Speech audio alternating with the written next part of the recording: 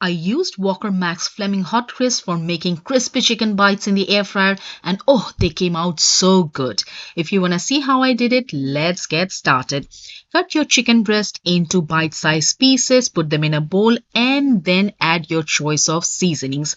I'm also adding just a little bit of oil to help them stay really juicy.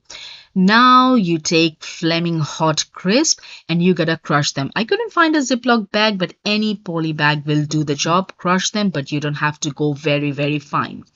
Now it's time to coat them, beating one egg. And first, I'm going to dip the chicken pieces in tapioca starch.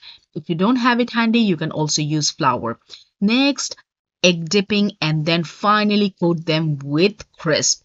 This will give them just the wow taste. Goes in the air fryer basket, single layer, 10 minutes at 200 degrees Celsius, and they are all ready. They are so crispy and perfectly cooked from the inside. Follow for more.